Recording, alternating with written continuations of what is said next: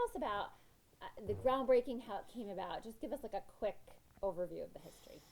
Well, the hotel is a creature of the 1920s, and the economy was really booming in Syracuse as it was in the rest of the country. But Syracuse really only had one major hotel. They had a lot of little hotels, but what was called a first-class hotel. And civic leaders just didn't feel that that was enough, that they were losing convention business to other cities.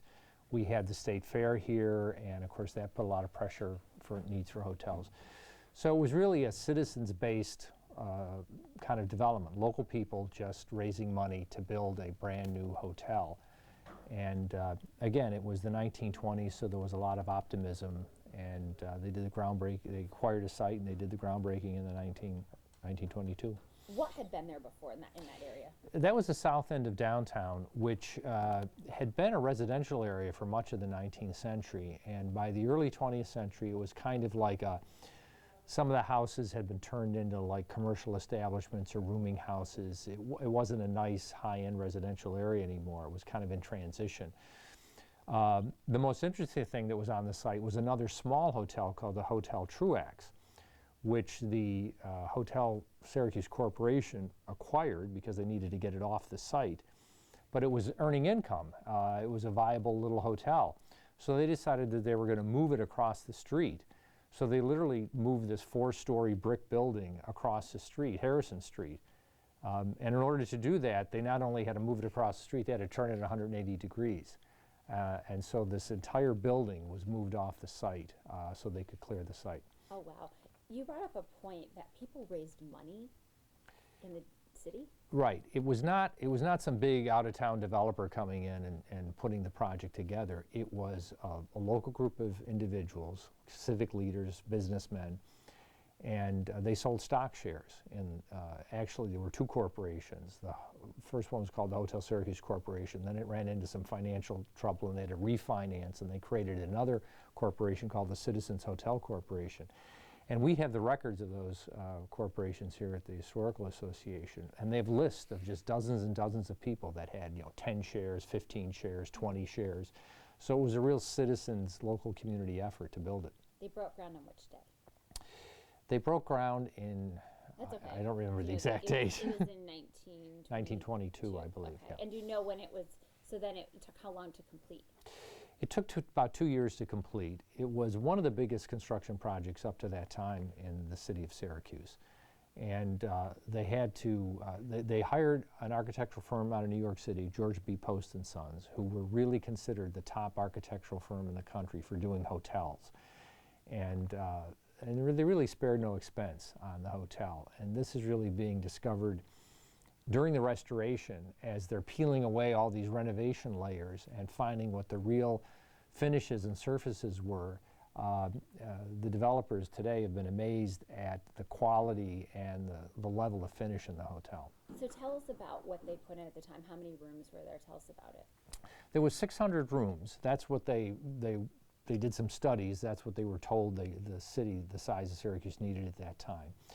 And of course there was meeting and ballroom space. The original dining room was called the Terrace Dining Room. Only later became the Persian Terrace after they added this mural. Called the Terrace Dining Room because even today if you go into that space, it's at 2 levels. There's a little terrace at the back, hence the name Terrace Dining Room. Then there was of course the Grand Ballroom up on the top floor. There was some other meeting spaces up on the top floor as well. And it right from the beginning garnered a lot of convention business, a lot of social activities, banquets, all sorts of events took place in that hotel over the years. Tell us about some of the places that were in there. I mean, there was a hair salon. I mean, there was a lot of different things. Yeah, well, I mean, there was, on the first floor, the ground floor, there was a lot of retail space. There was a couple of dozen retail shops that changed over time. But the ones that people kind of remember are the women's clothing store, which was called Edson's, and then the men's clothing store run by the Zell family. And those were there for local people to shop at, but also if you were staying in the hotel and a guy realized he forgot his tie, or a woman decided that she needed another dress for a certain event or something like that, they could go right down to those shops in the hotel. But then the hotel itself functioned with all sorts of other activities. They had kitchens, they had their laundry room, they had a carpentry shop for repairing furniture or fixing wooden things in the hotel. They had cigar stands, they had a beauty parlor, they had shoe shine. The one thing they didn't have in the opening in 1924 was a bar, because of course it was the middle of Prohibition and liquor was technically illegal. And in fact, we have the original menu for the opening banquet in August of 1924, and it lists all these various very fancy courses, but no wine. At the very bottom, the only drink being served was ginger ale. So when Prohibition was lifted in the early 1930s, one of the things that they needed was a fancy bar, lounge, and that, of course, is what became the Rainbow Lounge, the very famous Rainbow Lounge. And it was an entirely different style than the rest of the hotel, because when the hotel was built and designed in the early 1920s, there was kind of this Renaissance revival, very classical columns and Corinthian columns, and everything was done sort of to reflect a grand European hotel. By the 1930s, of course, Art Deco had kind of come into play, and so that Rainbow Lounge was an entirely different style. People really fell in love with the Rainbow Lounge. It was one of the hot spots in the city. Who was staying at the hotel during those times? It was a complete mix. I mean, you had of course the classic celebrities all through that era. I mean, when we looked in our records here, people like George Gershwin and Charles Lindbergh were staying in the hotel in the early years. Then, of course, in more recent years, people remember, you know, John Lennon and Elvis Presley. And then there were other people that came there. Mae West, Art Linkletter, you know, anybody who was in town for a special event and for whatever reason had to stay overnight usually stayed at the hotel. There were a lot of other people that came to the hotel that didn't stay overnight but were there, presidents and Jimmy Carter and Kennedy and others who were coming in to give a speech or whatever. They didn't necessarily stay there, but they were at the hotel. But aside from that sort of famous celebrity level, there were just a lot of, you know, working people, businessmen. Back then it was very typical in the early 20s and 30s and 40s for businessmen not to travel around in their own cars or by plane, but to go by train. So they would come into town to meet their clients, stay in town for a few days, and then move on to Rochester, Buffalo, or Albany or whatever. So there was a lot of business people that stayed at the hotel. And then, of course, if there were special events like weddings and things like that, you'd have local families perhaps staying as well. So it was a complete mix. One of the most beloved eras of the hotel took place during the 30s and 40s, and even into the 50s a little bit, and that was the big band era. And this is, you have to understand, was an era before television sets and all the other entertainment that we have now. People loved to go out for dinner and dancing. And there was a lot of traveling bands, you know, Tommy Dorsey and Carmen Cavallero and other bands that would come into town. And that's what really created the image of the Persian Terrace, because that's where those big bands played. And that kind of petered out as that generation that loved swing music, kind of the baby boom generation came along, and they had to take care of their kids and they moved to the suburbs. And so that sort of and television was part of that too. People stayed home and watched television. So eventually those big band concerts in the Persian Terrace kind of fizzled out. I was going to ask you how the hotel did during the Depression. It was tough at first. The Depression hit in 1929, and the hotel had been doing pretty good up to that point. It was relatively new. But the economy really tanked. I mean, Syracuse lost thousands of manufacturing jobs, and factories closed or they cut way back on their hours. Businessmen weren't traveling as much. People weren't having big fancy banquets as much. So those first couple of years, 29, 30, 31, 32, were tough for the hotel. That they soldiered on, and then they got a real break though in 1933, because that's when Prohibition was lifted. And now the hotel could have drinking in bars, and you could have banquets where wine was served and so forth. And so I think that sort of gave a little shot in the arm to the hotel, and it was able to, you know, continue on through the rest of the Depression. Can you tell us about the Grand Ballroom and the events that were held there? Well, it was a real variety of things. In recent years, just before the hotel closed, it was the place to be for New Year's Eve. That was like the community's New Year's Eve celebration. And they would have a band like Stan Colella in there, and people would celebrate and so forth. But we have photographs that show all sorts of events and banquets in there, conventions. This, of course, is an era before there was a convention center in town, and so that grand ballroom would be the site of political meetings. Anytime Chamber of Commerce might have a business meeting, it was really a sort of a convention space. The Persian Terrace, I think, was the place where more of the local people had a chance to really party and celebrate and go dinner and dancing. I have a feeling that the Grand Ballroom tended to be more of a business, kind of a place for conventions and political meetings and things like that. Not exclusively, but you tend to, when you talk to people, they tend to talk about the Persian Terrace as that place they remember. You obviously know a ton about the history of the hotel, but you have a few personal connections. So first I want to start with your wedding was there. Talk about that. Well, my wedding was there in 1978, and amongst a lot of other people who had their weddings there. The reason that we specifically had our wedding there really relates to my father-in-law, who had worked at the hotel for many, many years. He was a bartender in the Rainbow Lounge and in other rooms. He knew the staff at the hotel very well, and there was just no doubt that he had two daughters. I married the younger daughter. The older daughter had been married at the hotel as well. So there was never a question when we decided to get married. There was no like, well, where should we have the reception? It was like, there's no question, it's going to be at the hotel. So it was at the Persian Terrace at the hotel, and I remember my father-in-law. He had retired by that point, but just having a great time because he knew so many of the people, especially like Van Stereo, who was the sort of the banquet manager, and Van went out of his way to make sure that my father-in-law's family and the wedding just went well without a hitch. I know that at the time you were focused on other things other than the hotel venue, but looking back on it now, what is it like to think about that you had your wedding at this historic place locally?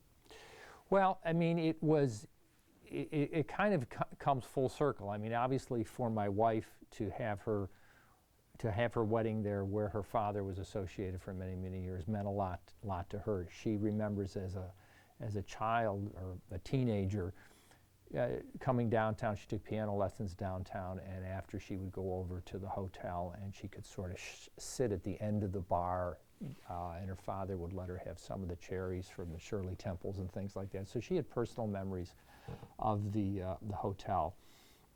And so, and when I say it kind of came full circle, I, of course, knew my father-in-law had been a bartender there. I'd heard the stories. I had talked to him. Like I say, he was retired by the time I met him. So years later, after the marriage and after he had passed away, I wind up here working at the Historical Association. I'm, for some project, digging through our many photographs and needed a photograph of the Hotel Syracuse for something. And I'm flipping through the photographs, and I see this picture of the Rainbow Lounge. And I'm looking at the bartender behind the bar there, and I'm like, well, I never knew that guy when he was that young, but that's my father-in-law. And I took the picture and showed it to my in-laws, and they had never seen the picture before. They knew, of course, that he worked there, but to have that great photograph of him there from the 1940s was kind of special. So it kind of came full circle. That's awesome. What did he say about working there? Well, he would talk about, I mean, one of the things about a bartender is you got to be a good listener. And so he would hear a lot of, especially a lot of there was kind of a regular group that would come into the hotel and into the Rainbow Lounge. Had been changed into the tack room in later years, that would come in and tell, a lot of them were lawyers and involved in politics, so they would tell stories about their cases or some of the dirt in the community or whatever that went on in the hotel. Of course, he also told stories about the big band eras and what it was like in the hotel. One of the things I remember about about the wedding at the hotel was because of my father-in-law's connection. They sort of threw in as part of the deal with the reception that the bridal couple could have a suite at the hotel that night. And so, of course, the reception itself lasted well into the evening. And then we wound up going over to my in-laws' house afterwards to spend more time with family and to sort of the after party, I guess you'd call it.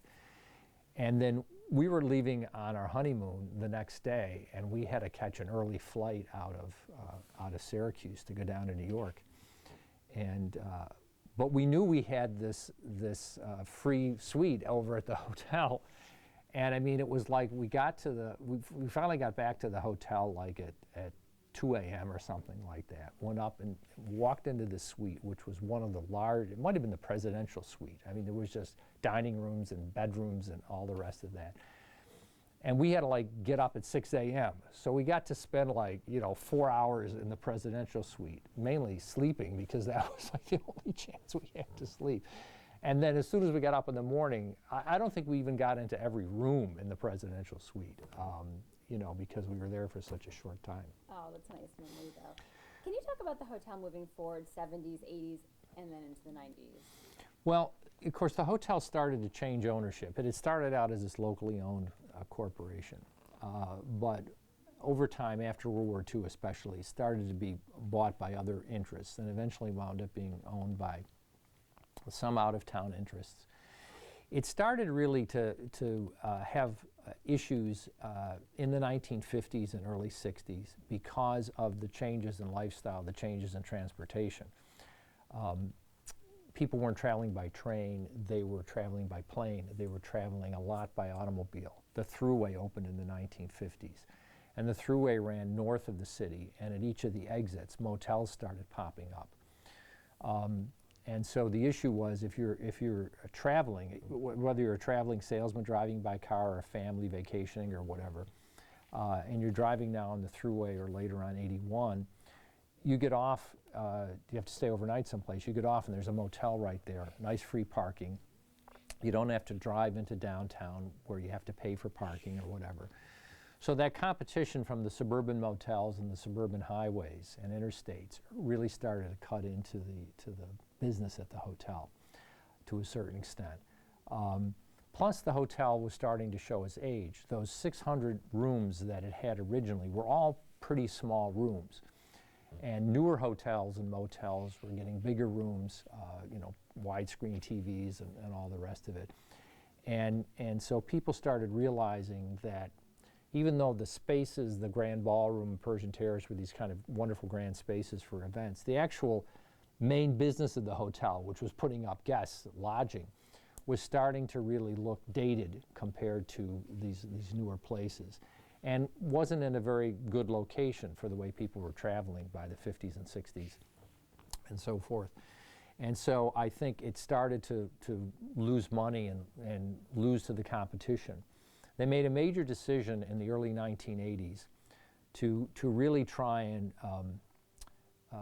go against all of this competition by adding a whole new wing onto the hotel in the early 80s and building a big addition, a big modern addition with more up-to-date rooms.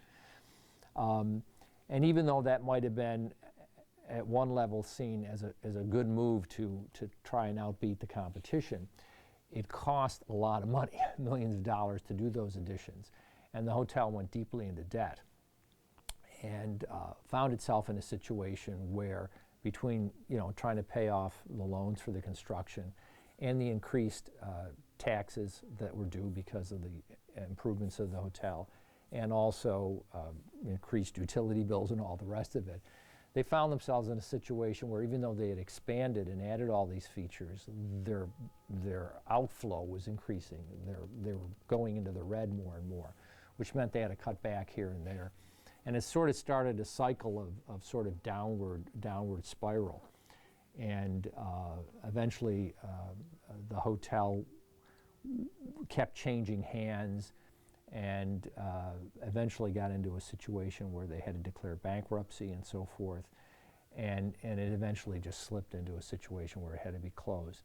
And then, of course, for 10 years, it got tied up in these international owners, out of country, out of nation owners, which had their own bankruptcy problems. And it was really unfortunate that the hotel closed. But it was so well built that even though it was closed for 10 years, it really, hung in there physically, stayed in relatively good shape. When it opens, it's going to have a new name. Right. But I feel like everybody still calls it the old Hotel Syracuse. That's how people see it. I think all the local people will continue, at least for another generation or so, to continue to call it the Hotel Syracuse. They had to rename it in part because it's now part of the Marriott chain, but in part also because in those last years that it was open, it was gaining such a bad reputation as it was sliding sort of downhill in terms of the quality and the condition of the rooms, that for people out of this area who are not local and have not been watching the renovations with all the excitement that we are locally, if you're in Chicago and you're a businessman and someone says, well, we're going to book you into the Hotel Syracuse, you're going to think of the way it used to be, and you're going to say, oh, I don't want to stay there. So they felt that the name change was important to kind of rebrand it as a brand new facility. How do you feel like it's going to be for this community when people start going back there? It is going to be, it is engendering, I mean, we're getting a lot of feedback at the Historical Association. It's engendering a lot of pride again in the community to have, instead of having this empty, big, vacant, hulking thing at the end of your downtown, to have this bright, shiny, really stunning and spectacular building down there, I think is going to lift the morale of the community. I think it's also going to do a lot for downtown in the sense, not just because it's not vacant and it's functioning, but a lot of people in Syracuse of a certain generation that remember when downtown really sparkled in the 50s and even into the early 60s. But always had good emotional feeling about the Hotel Syracuse. When it closed, it kind of reinforced in their mind that downtown was dying. And now they're going to be able to go back and relive their memories, whether it was a wedding or a New Year's Eve party or whatever. And I think it's really going to lift their spirits and lift their attitude about downtown. So I think it's going to be very good for the community.